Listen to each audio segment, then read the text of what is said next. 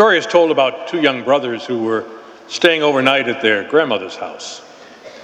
When they were getting ready for bed, they knelt down and said their prayers. And one boy said in a very loud voice, "Oh God, I hope you give me a new bicycle." The other brother said, "Why are you talking so loud? God isn't deaf."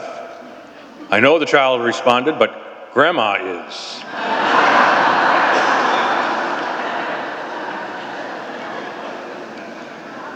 Prayer really is an integral part of the life of a true believer. And without attempting to treat the topic in depth, today's reading, especially the first and the third, give us a sense that God is patient with our prayer. So the gospel especially gives us the opportunity to reflect on prayer or the absence of it in our lives. Do you pray? Of course I do, you may reply. Or, well, not as much as I used to, or I ought to, may be your answer. Perhaps your response is a sheepish, well, when I'm in trouble and need God's help, then I pray.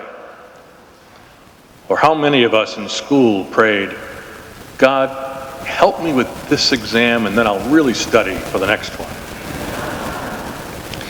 If you attended the talk by Father Miles Sheehan last week, you heard and experienced various types of prayer, including centering prayer or something called Lectio Divina.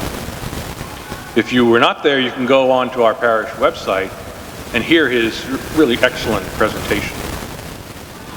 Whatever our situation, the call to prayer is always present. And today's gospel reminds us that the disciples themselves wanted lessons on how to pray. Knowledge about prayer is important, but not necessarily all that helpful. More important is simply to try and do it. Try day in and day out to lift our mind and heart to God, to whisper in the morning, "Today is yours, Lord. Help me to do your will. Help me to be compassionate today." Or perhaps our prayer is to cry out in pain, "Lord, help me get through this." One thing to remember about prayer is that practice doesn't make perfect. We never find the best way to pray. We're continually discovering anew what it means to pray in this particular situation. What practice does do, I believe, is to give us a foundation that helps us withstand temporary setbacks. Prayer gives us the strength to live through particularly challenging moments in our lives.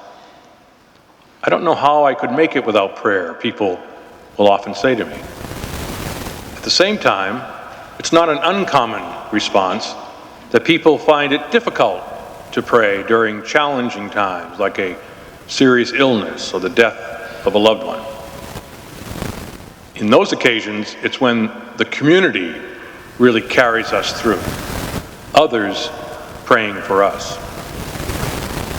Many of the great saints write about their own dark night of the soul, when prayer is difficult, if not impossible.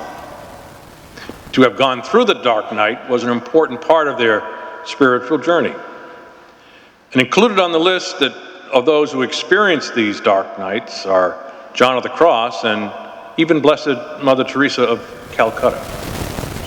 So if you go through some difficult periods, you're in good company. Unlike the boy in the story, we're not praying for a new bike. What we are praying for is found in the Lord's Prayer, proclaimed in the gospel.